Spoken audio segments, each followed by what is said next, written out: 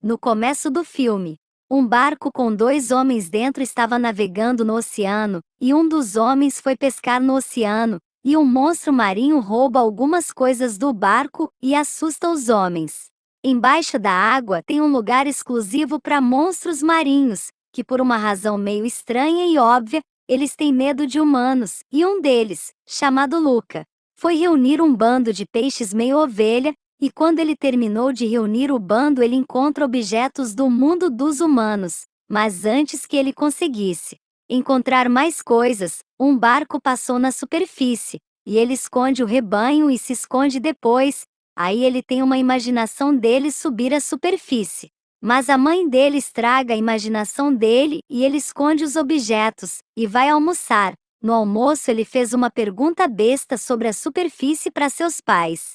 E a avó dele explica tudo sobre a superfície, e depois ele volta no lugar onde ele escondeu os objetos e ele encontra um objeto bem maior do que os outros. E uma pessoa com roupa de mergulho aparece e assusta ele, mas era um monstro marinho, que tinha o poder de se camuflar de humano na superfície, e ele puxa o Luca para a superfície, que fica agindo que nem um peixe fora da água, e depois ele volta. E quando ele foi dormir ele pergunta se a sua avó já foi para a superfície. Mas ela só arrota como se não quisesse falar sobre isso. E de manhã ele toma coragem para ir à superfície até que o Alberto, o monstro marinho que assustou ele, faz ele ir para a superfície, e o Alberto ensina ele a andar. Entre outras coisas, e o Alberto tinha o sonho de ganhar uma Vespa, uma moto muito famosa, e eles conseguem fazer uma Vespa própria para eles.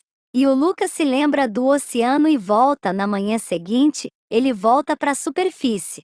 E o Alberto tá testando a Vespa que ele construiu, e o Luca passa alguns dias com ele. E depois ele se lembra do oceano e volta.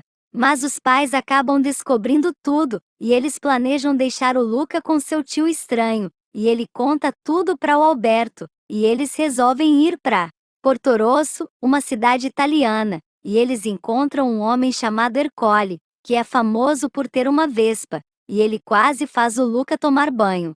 E eles conhecem uma menina chamada Júlia, e ela fala sobre uma Copa que tem todo ano na cidade, mas o pai dela tá sem dinheiro para pagar o bilhete. Mas o Alberto ajuda o pai dela a ganhar dinheiro, e eles pagam o bilhete, depois de uma briga com Ercole, e eles treinam para a Copa por uma semana.